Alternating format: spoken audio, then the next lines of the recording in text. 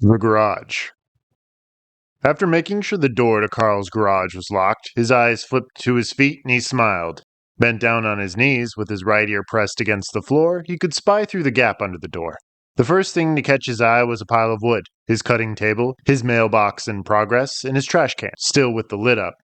There was nothing out of the ordinary. He got onto his stomach to get a full view, straining his eye. The garage door was closed, of course, the overhead bulb still burning with life. Had he just imagined the knock from inside his garage? The boombox he'd left playing out there had died mid-play. He hadn't imagined that. There had to have been someone in there to turn it off. But it was almost midnight after all. Carl's eye was drawn to the crack in the garage's concrete wall. Something was different about it. Was it bigger? He couldn't remember there ever being so much darkness inside it. There was more vulnerability within that darkness, within that exposed void. Anything? His roommate pressed from the foot of the main parlor stairs. He was dressed in the exact same bathrobe and slippers as Carl, as if borrowed from his closet. No, something must have fallen over, Carl said. Then go out there and make sure, his roommate said, crossing and uncrossing his arms. After a moment of hesitation, they both proceeded to the living room, where the TV was on and waiting. They sat on opposite ends of the couch, all worries now forgotten. On Carl's television screen was a close-up of a red curtain strung across the frame. It was lightly fluttering. What is this? The curtain remained on screen for a long minute before it was pulled back to reveal a bird's-eye view of Carl's garage. Carl sat upright in his seat, mouth hanging open. There was a slab of wood in the center of the shot, sitting on his cutting table, and a splatter of paint was marking the floor like blood. Your house is being monitored, his roommate blurted. Carl darted back to the door, put his ear to it, and then turned to see what was happening on the TV. The image on the screen still depicted an empty garage. He figured there could still be someone hiding behind the boxes piled in one of the corners, waiting. I'm going to shove something from my pockets through the gap, Carl told his roommate. If I see it appear on the TV screen, I'll know there's really a camera in there. From his pocket, he extracted a rolled-up dollar. He unfolded it with shaky hands. And then he lowered himself to his knees and with a flick of his wrist, slid the bill into the garage. Oh, God, look! Exclaimed the roommate. He didn't need to look. He knew that he was going to see the dollar, face up, as pretty as you please.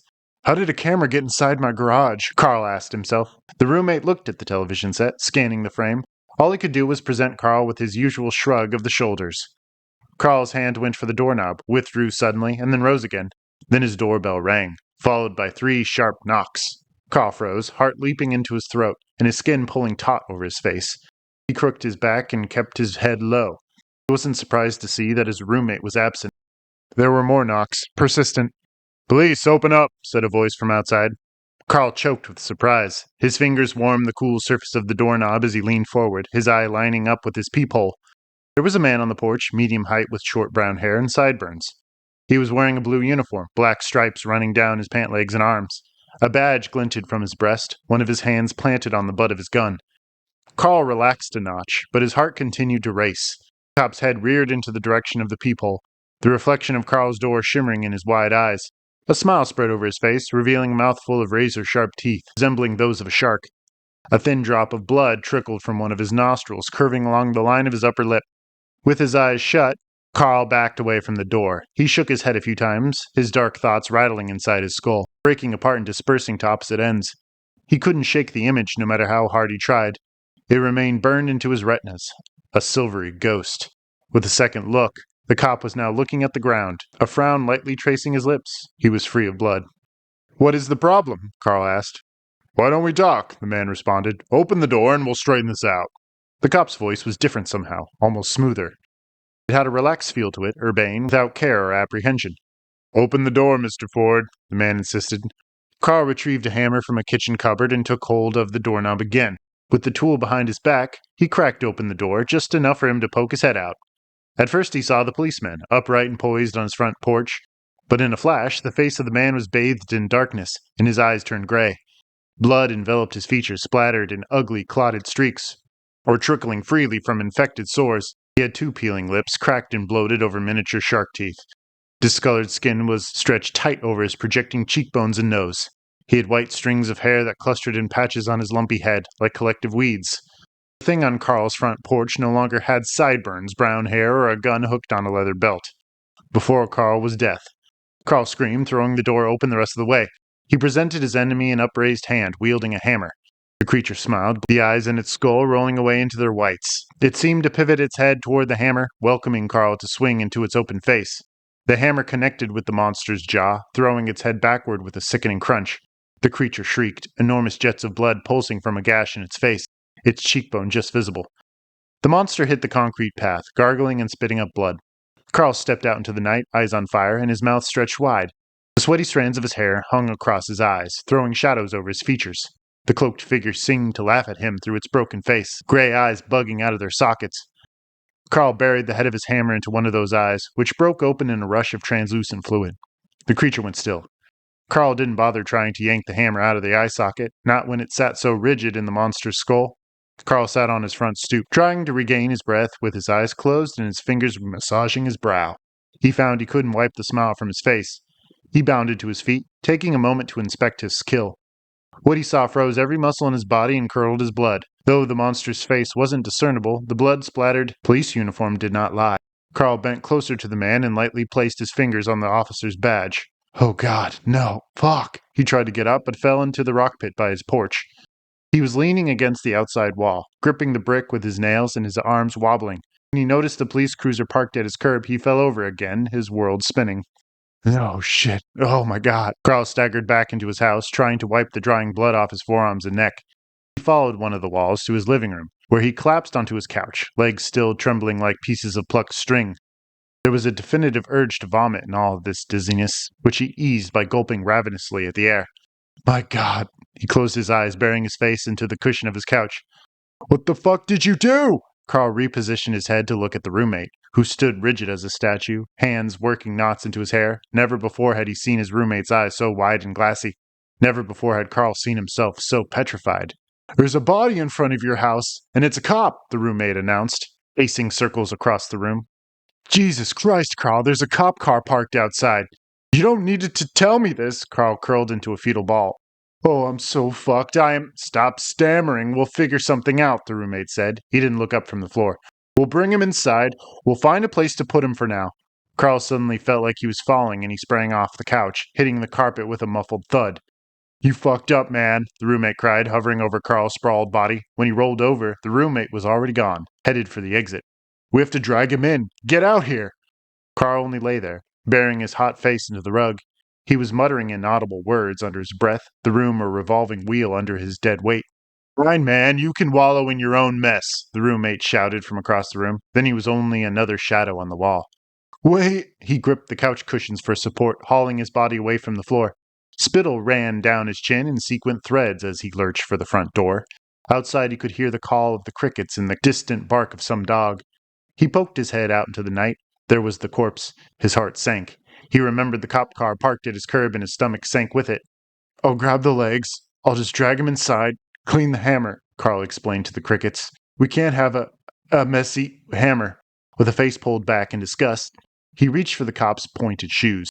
He took him by the ankles and pulled. There was a handgun lying in the lawn, cocked and ready. In reality, the policeman had been unholstering his weapon, about to fire. Carl had killed an armed officer using a simple tool. He'd been that close to taking a bullet between the eyes. He had cheated death. Without thought, Carl lugged the body over the steps and onto the porch. Grunting and perspiring, he dragged the corpse into the house. He darted outside to collect the gun, and in a flash, he was back indoors, locking the door behind him.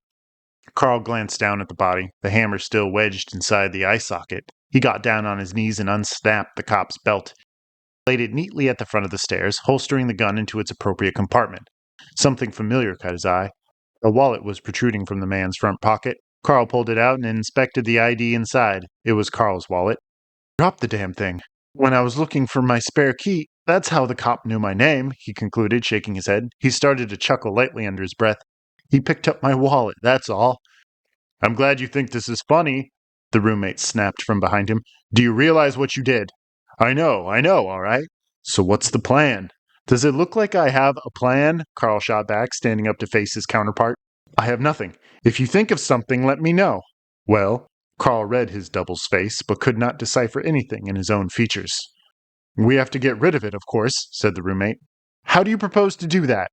We have to make the body look unrecognizable, the roommate whispered. It's easier to fix this if there are several pieces. You gotta be fucking kidding me, Carl said. Let's strip the body. Come on, hurry. They both hovered over the man, the audible silence only adding weight onto each of their shoulders. The cop's shirt and vest landed in a pile next to the belt, followed by his shoes and pants. The naked man lay across Carl's wooden floor like a fallen star. Let's take him to the garage, the roommate said. He took both of the officer's wrists. Carl grabbed the ankles and they both lifted at the same time. Wait, hold on, Carl said before dropping his end. The body hit the floor with a heavy thud. The roommate jumped away, face screwed up in fury. What the hell is wrong with you? The roommate cried.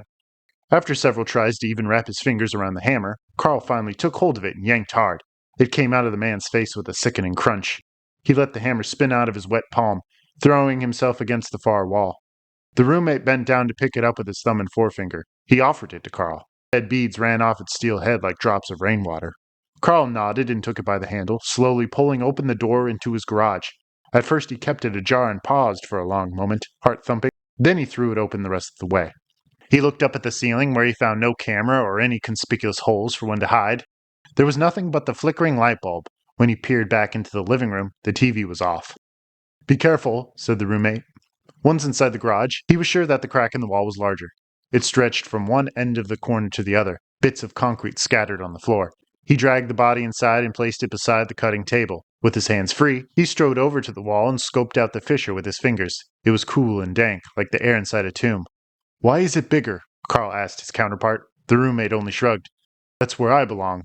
That's where I hide, along with a lot of other things. The crack didn't always used to be there. Sometimes it's good that you have a crack, because that allows me to come and go as I please. Sometimes it's better not to be alone, but if the crack gets too big and the wall comes down, nothing will be safe. What happens then? I figure you'll go insane. There were heavy footsteps on the floor above them. They both whirled around and the hammer went sliding from Carl's limp fingers. The steel head struck his toe and he went lurching back. His heel caught the leg of the officer, and before he knew it, he was falling through time and space.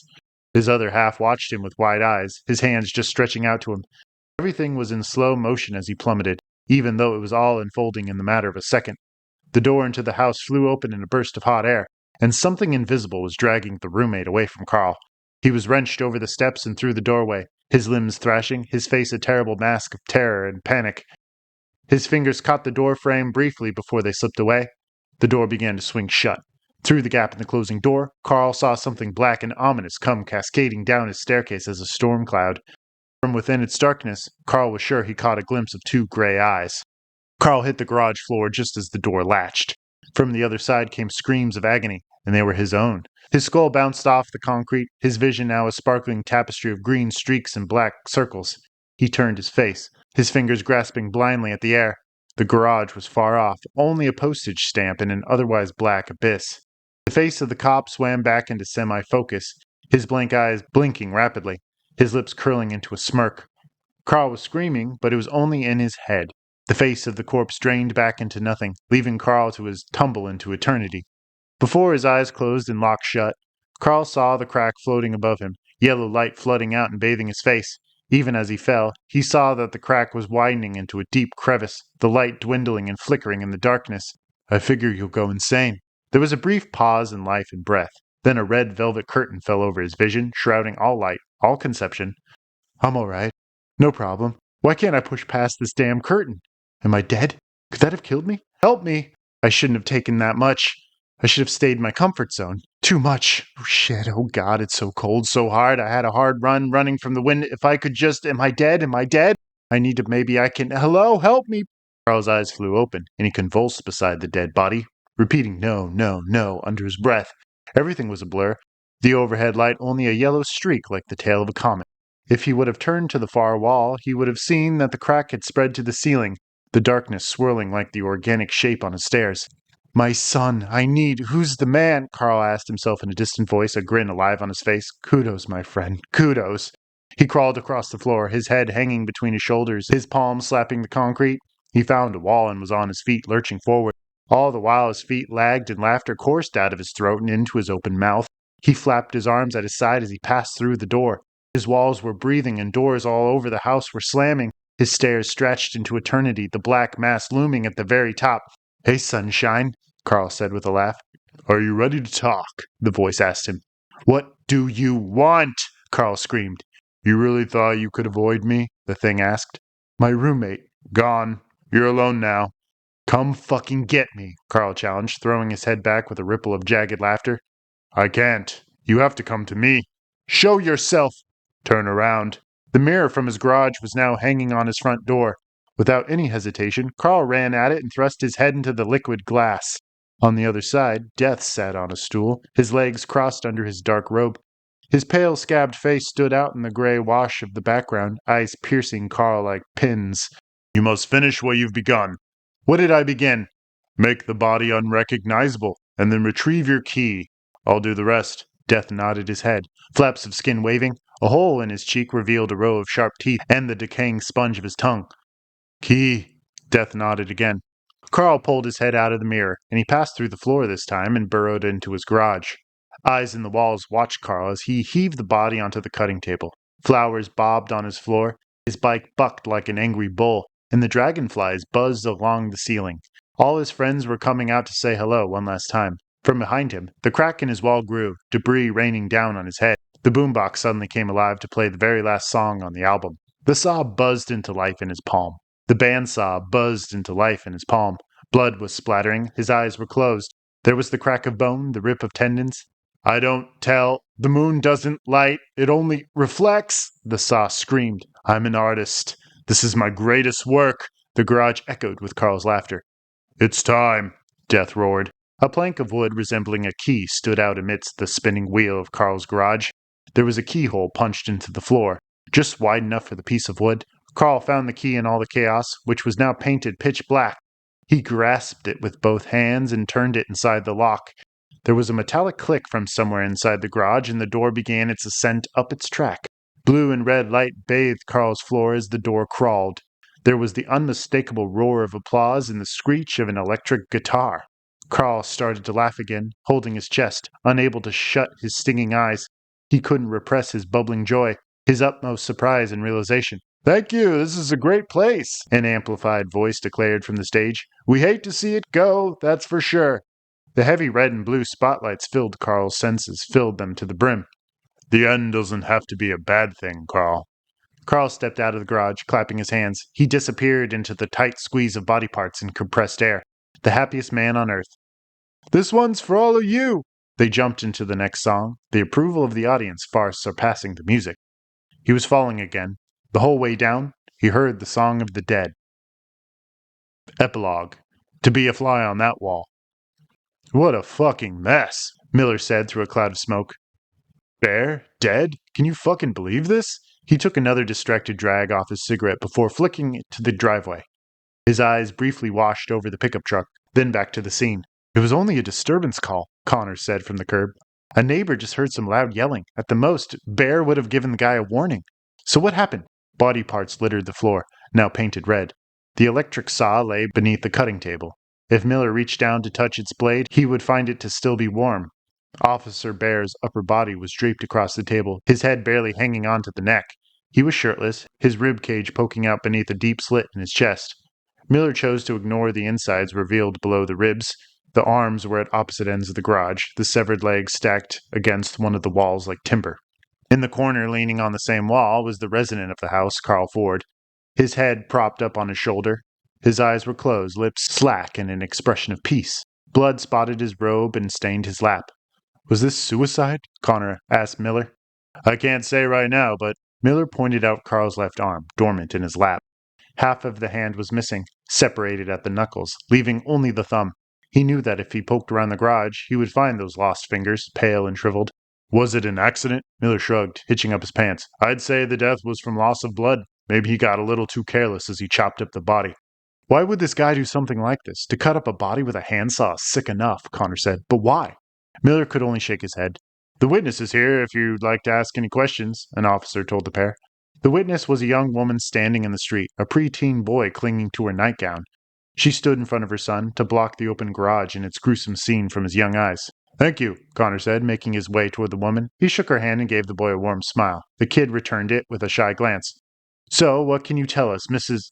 Humphrey, she said, placing an arm around her son's shoulder. I live across the street, and earlier tonight, maybe around 7 or 8, I heard something from outside. It took me a while to realize that it was a man screaming. Then I heard a door slam, hard. When I looked outside, no one was around, but I could tell the noise was coming from that house there. I could see shadows in the windows, but I couldn't quite make them out. Did you think he was in trouble? Connor asked. Of course, screaming like that was enough to turn my blood cold, Mrs. Humphrey said with a shiver. She pulled her robe close around her slender figure, brushing the bangs from her eyes. I could also hear loud music, but he was always playing his music loud. So you called the police thinking Mr. Ford was in some kind of trouble? Yes. Then what? I forgot about it for a while, and I finally looked out my window to see the cop car parked outside his house. I just figured they were inside talking and everything was fine. I forgot about it again, and before going to bed, I peeked outside and the cop car was still there. I thought it odd that the cops should be there for that long, so I called you guys again. Right, Connor concluded. Anything else? Mrs. Humphrey shook her head, trying to avert her eyes from the inside of the garage. Connor could tell the boy was trying to cock his head around his mother's waist to better see the crime scene. Don't take this the wrong way, but should your son be outside right now? Connor asked, stepping into the kid's line of sight. I almost forgot. This might be important, Mrs. Humphrey said. My son has some information that may be worth hearing. Go ahead, David. The boy kicked at the ground, still staring at his feet. What is it, son? Connor asked. The light from the lamp post shifted and left jagged shadows across the boy's round face. His eyes were like black holes. I was playing in the street and I heard Mr. Ford talking pretty loud inside his garage, the kid began. It sounded like he was talking to someone, which is weird because I know he lives alone. I listened for a while and I didn't hear anyone else say anything, so I thought I'd have some fun. I knocked on his garage door a few times and ran home. He'd always yell after me, so I knew he was pretty mad. Thank you, David. That does help, Connor said, ruffling the boy's hair. Take your son to bed, Mrs. Humphrey. It's past midnight, and he needs his sleep. Good night, officer, she said, escorting her son back across the street. So would you say that Mr. Ford was an ordinary guy? Connor called after her. She stopped and turned, only a silhouette in the darkness. Yeah, real quiet, though, except for the music. He really liked his rock and roll. She continued into the house with her son. Did she shed any more light on this? Miller asked his partner. Well, maybe. Apparently the boy heard Mr. Ford talking to someone in his garage. Did the kid hear anyone other than Mr. Ford? No. He described it like he was talking to himself. Of course, there could have been someone here earlier. We'll just have to follow up on anything we can. Why do you think Ford was screaming? What the hell happened tonight? Miller asked. I don't know. I really don't, Connor answered. They both stepped into the garage where a few men in gloves and dust masks were snapping photos and sorting through the debris. The smell hit the officers first, and their hands went to cup their nostrils. Connor scanned the floor hastily and spotted an odd shape of wood, painted jet black, lying at Ford's feet. He didn't give it a second thought. Trash littered the floor, and a boombox lay smashed across the concrete. Forgotten nearby was a CD, spotted red with blood. He turned to face the nearest wall where a small crack, the size of his pinky, lined 4 inches of the wall. Cold air blew out of it, barely tickling the hair on Connor's beard. He peered into the crack, the breeze wafting over him. There was a shapeless darkness swirling beyond that wall, endless and restless. Connor tore himself away and locked eyes with Miller, who hovered over the cutting table, his face screwed up in disgust. I'm going to step inside for a minute, Connor told him. He dodged into Mr. Ford's house, trying to escape the awful stench. Set at the foot of the stairs was a police uniform, neatly folded. Next to the pile was Jerome Bear's belt, the gun still holstered. He strode over to the front door and paused there for a long moment, eyeing it with a growing interest. There was a poster hastily taped to the door, crooked and sagging. It was of Jerry Garcia, his guitar slung over one shoulder, his right arm upraised. Connor lightly touched the poster and his stomach turned. He vomited onto the floor. From beyond the crack in the garage wall, a ghostly voice no human ears could hear sang.